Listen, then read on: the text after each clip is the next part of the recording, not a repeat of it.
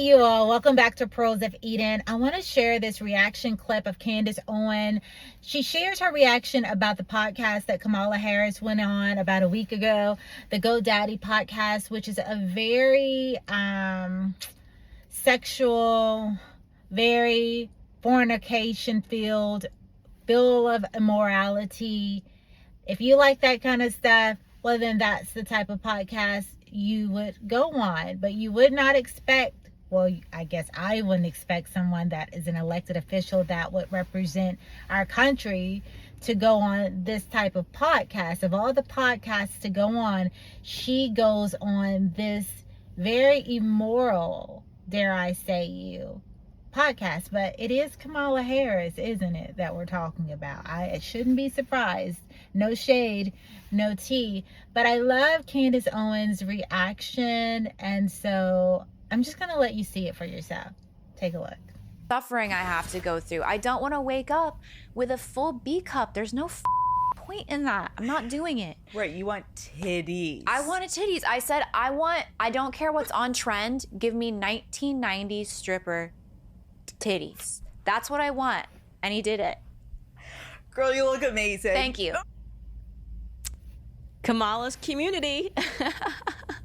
It's amazing. That's Kamala's community. You just listening to her explain this community is so great. Like she's just referring to a community of hoes. Like that's what she's referring to.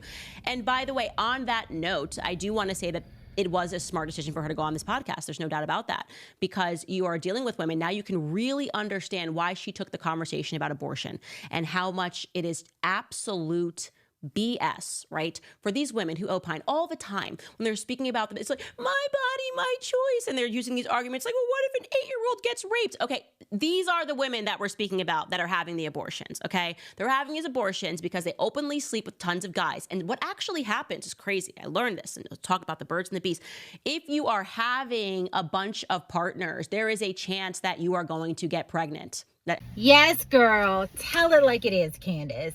I so agree with her, because they always roll out this propaganda that, hey, my body, my choice, that, you need to have the right to abort and unalive a baby just in case you get raped, just in case, you are in an incestual situation, just in case there's a health issue, when in reality, that is not the majority of the cases that make up abortions, but only 1% make up actually abortions that fall into those categories, which Donald Trump has said over and over again. He believes in giving the access to be able to do and take care of as needed in those situations.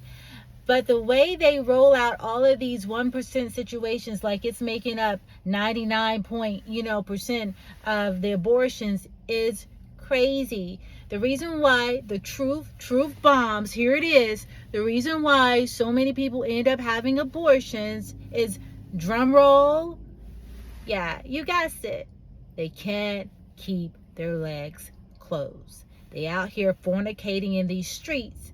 And instead of being a responsible person, they just want to unalive babies. It is what it is. And there's gonna be a chance that the person that got you pregnant doesn't want to have a baby with you, because he views you as a dump. You know what I mean? As everybody's been with you and they don't want to commit with you. And so that's the real reason. People aren't going to tell you. That's the real reason these women fight tooth and nail for abortion. It's because they're hoes, right? And I'm not saying everyone. There are circumstances where there are people that are in committed relationships, and I don't want to paint a broad brush, because there are people also who have had abortions, I think, when they were young, who were legitimately duped to believe that it was a clump of cells. When I was pro-choice, I thought that it was just a clump of cells because I learned it in my health class. And I think those women who get abortions have a lot of regret, and they feel like they're not allowed to change their minds, and they are. I want those women to know you can have been pro-choice, and you would have the greatest testimony if you wanted to then become pro-life because you have more information. I want to welcome you to that. I don't want to make you feel excluded and like you have to stay pro-choice for the rest of your life and listen to podcasts like this.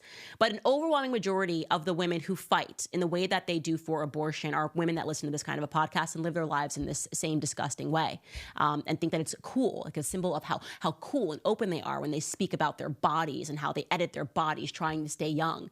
Tremendously unhappy women, and they need abortion to know that there's a way out from their responsibility. So it makes perfect sense that Kamala and Alex Cooper discussed abortion in the way that they did. Take a listen.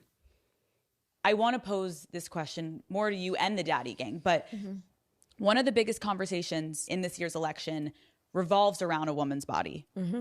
Yep. I want to take a moment and can we try to think of any law that gives the government the power to make a decision I know what you're going to ask. about a man's body. Let's just pause. No. Is there any law? No. It's no. Just dumb hoes saying no, not knowing anything about the draft. And it should alarm you that a woman who is actually asking for power over the military has no idea that the draft exists. No, none. Zero. Now go die in Iraq.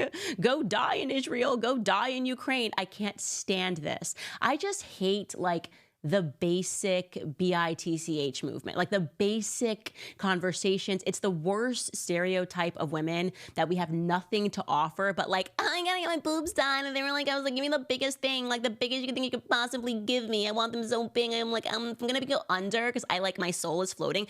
That's them being religious. When I'm under a general anesthetic and I'm getting the biggest boobs ever, my soul is just so powerful that it floats to the top. And so I'm doctor, if I'm gonna do this, and my soul is going to be floating above me and me looking down, give me the biggest boobs you can possibly give me. And he did. Yeah, that's me. That's my connection to God.